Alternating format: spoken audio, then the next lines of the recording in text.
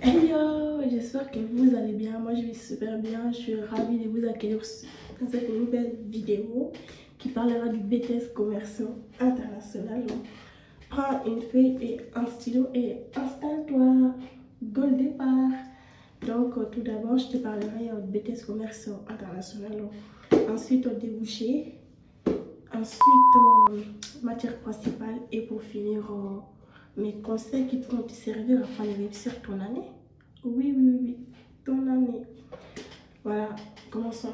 Il faut savoir que le BTS Commerce International, c'est un BTS qui se prépare dans un lycée pour 2 ans, pendant 2 ans. Et bah, lors de ces 2 ans, tu as 2 stages à faire. Tu as 9 semaines de stage obligatoire à l'étranger. Et en deuxième année, tu as 6 semaines non obligatoires à l'étranger. Tu peux bien les faire ici en France ou partir si tu as les moyens. Voilà.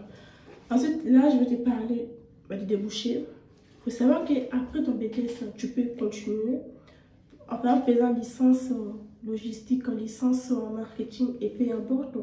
Ou tu peux t'arrêter et travailler en tant qu'assistante import-export. Voilà. Mais pas que. Tu as d'autres options. Après ton BTS, après tes études en commerce international, tu peux très bien être mené à être chargée d'import-export, négociatrice à l'international, achat-vente à l'international, directeur marketing, directeur de l'import-export ou même assistante import-export. Tu as beaucoup, mais beaucoup d'autres, comment on dit, options en fait. Parce que c'est un BTS qui ouvre des portes à l'international, mais comme ici en France. Donc, je rêve où elle force les gens à faire le bossy. Donc, ensuite de ça, les matières. Il faut savoir que nous, on a des matières à nous, qui est vraiment pour les BTSCI, et il y a les matières communes à d'autres BTS. Déjà, les matières communes à d'autres BTS sont CGM, management, économie, droit, et culture générale. Culture générale, c'est commun à tous les BTS. Maintenant, nous, en BTSCI, on a mise en œuvre des opérations logistiques, appelées aussi la MOI. Ensuite de ça, on a le développement à l'international, qui est DCI. On a la relation interculturelle, qui est la RCI. Et on a anglais et espagnol, mais plutôt dirigé vers les entreprises en fait. On t'apprendra comment appeler une entreprise, les entretiens d'embauche, tout le tralala. Vous avez capté. Vous avez compris plutôt. Voilà. Et ensuite de ça, bah, prochainement, je prendrai les matières, comme on dit, un par un et j'en parlerai.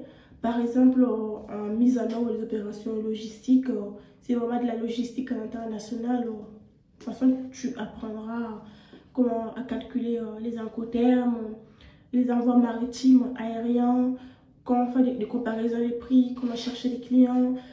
Et ensuite, c'est comme ça.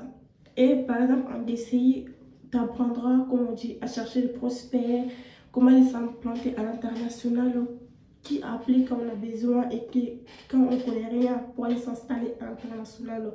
Franchement, c'est très intéressant. Et pour finir, en RCI, surtout, comme on dit, RCI, c'est, comme on dit, les relations interculturelles. Voilà, moi, je vais aller travailler dans une entreprise à l'étranger, comment me comporter, quels sont les codes, en fait, la culture d'autres personnes.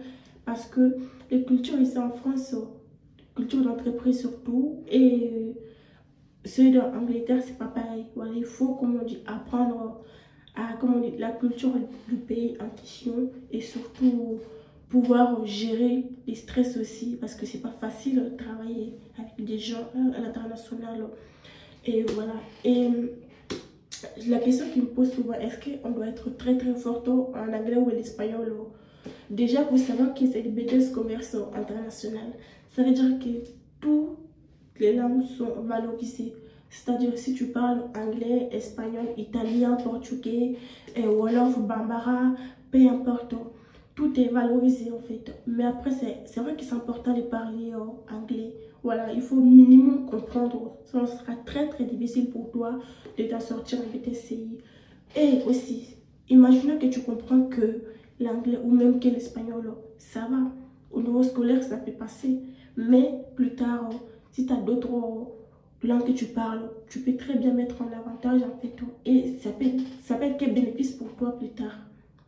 Vous voyez, donc c'est vrai que l'anglais espagnol c'est primordial. En tout cas, je ne vais pas vous mentir, si tu n'as pas un bon niveau, ça se voit très très vite et ça peut grave te pénaliser. Voilà, ça peut arriver qu'il y a des gens qui ne sont pas un très bon niveau et ils peuvent s'améliorer. Ça, il y en a.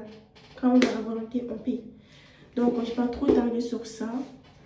Si vous avez des questions, n'hésitez pas à me poser des questions. Je suis là à fond.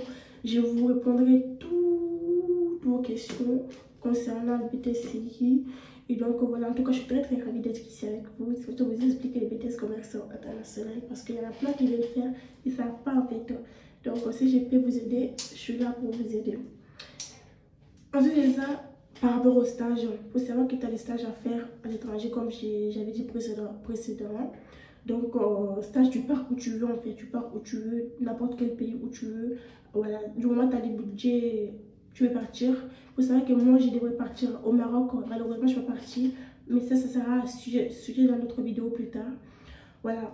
Donc au stage aussi, prenez-y tôt parce que les profs peuvent vous aider. Mais je pense que l'idéal est de trouver ton propre stage. Quoi. Partir où tu veux, c'est vraiment intéressant. Et c'est bien parce que tu as un endroit que tu aimes bien, que tu apprécies. Donc voilà tout ce qu'il faut savoir de BTCI. Maintenant, les conseils pour réussir le BTCI, les conseils primordiaux pour réussir le BTCI, qu'on veille ou pas, on ne dit pas d'être bilingue en BTCI, mais il faut comprendre l'anglais. Mes conseils est vraiment de te mettre à fond en anglais. Si tu as du mal, il faut apprendre. Voilà, il faut apprendre même l'espagnol, hein. Mais l'anglais encore, parce que l'anglais c'est simple, c'est utilisé partout. Conseil numéro 2 est de prendre des notes. Voilà, être présente en cours tout le temps et prendre des notes. Parce que, en fait, beaucoup ils oublient que les BTSCI et même études supérieures et lycée, c'est pas pareil. Voilà, lycée, tout passe. Même BTS, enfin, même les BTS, même études supérieures, il n'y a rien qui passe. Il n'y a rien qui passe. Donc, prenez bien vos notes, soyez, comme on dit, curieux aussi. Posez beaucoup de questions quand vous ne comprenez pas. Allez-y vers les profs. Ça dépend des profs. Il y en a, ils sont compréhensibles, ils vont vous expliquer. Et il y en a, malheureusement, ils ne le sont pas. Mais voilà. Il faut poser des questions. Tu auras des réponses tôt ou tard. Donc, pose des questions. Mes conseils numéro 3 est de chercher vite tes stages. Chercher vite tes stages parce que tu n'es pas la seule en BTCI qui est partie à l'étranger. Voilà, tu n'es pas la seule. Donc, cherche vite ton stage. Tu as ton stage, mieux est en fait, en plus des livres. Conseil numéro 4 est de te faire des amis. Dans le sens que de faire des amis afin que vous puissiez vous aider. Voilà, quand tu es seul, isolé dans ton coin, en BTCI, ça ne t'aide pas. Ça ne t'aide pas dans le sens que si tu as du mal à comprendre, tu ne pourras pas t'en sortir. Voilà, tu te fais 1-2 amis, marchez ensemble, essayez de vous expliquer, de vous entraider et ça va très très bien se passer ton BTCI. Mais si tu es une personne qui est timide, voilà, ça peut très mal vite se passer. Et surtout, conseil numéro 5, je ne sais pas, 4 ou 5, bref, en tout cas c'est un de deux. Et surtout, être une personne qui est là, franchement, lâcher prise. Dans le sens que au lycée, on a l'impression d'avoir très très bonnes notes. Dans les études sup, tu auras l'impression, surtout en BTCI, qui reste l'un des BTS les plus durs en France, ou même les BTS les plus durs en France. Donc voilà, si tu as des mauvaises notes, c'est pas la fin du monde. Dis-toi que tu peux t'améliorer. Dis-toi que tu peux t'améliorer. Et l'avantage des BTS plutôt que dans les facs comme l'université est que nous en BTS, comme on dit, tu as la possibilité de répondre, tu as des contrôles continus, tu as des examens à passer. Donc c'est facile pour toi de te rattraper, tu vois. Donc on ne reste pas non plus, comme on dit, isolé pour dire non, parce que j'ai échoué. Non, non, c'est pas la fin du monde. C'est vrai que quand on travaille dur et que quand ça va pas, on a tendance à pleurer, mais c'est pas la fin du monde. Dis-toi que c'est pas la fin du monde. conseil numéro 6, je sais pas quoi, est que concernant ton stage, on va y arriver. Concernant ton stage, si tu es une personne qui n'aime pas voyager seule ou même qui n'a jamais voyagé et que c'est grâce à BTC que tu as voyagé, pars avec quelqu'un de ta classe. Voilà, voyager à 2, toujours 2 mais pas 3, jamais 3 parce que sinon ça va marcher. Ça va pas marcher à 3. Donc, pars avec quelqu'un, la personne pourra t'aider, la personne pourra te guider afin de t'en sortir. Parce que mine de rien, c'est un stage. En mode, vous allez travailler dans le pays, c'est pas les vacances, tu vois. C'est vrai que quand vous n'allez pas travailler, vous allez vous... Enfin, on va y arriver. Calme-toi, on va y arriver.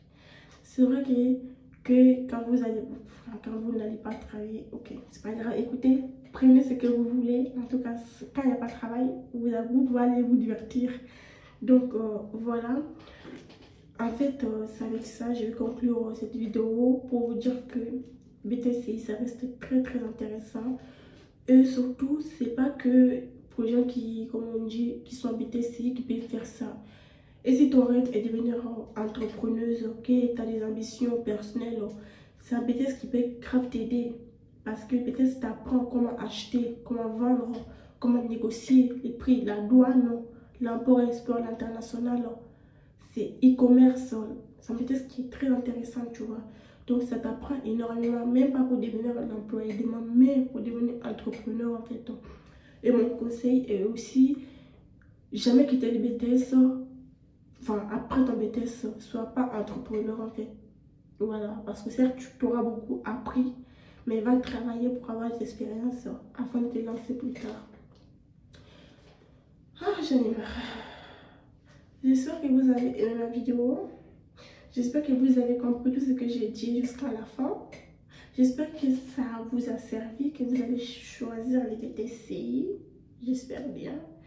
Et surtout, abonnez-vous, likez, partagez, donnez de la force.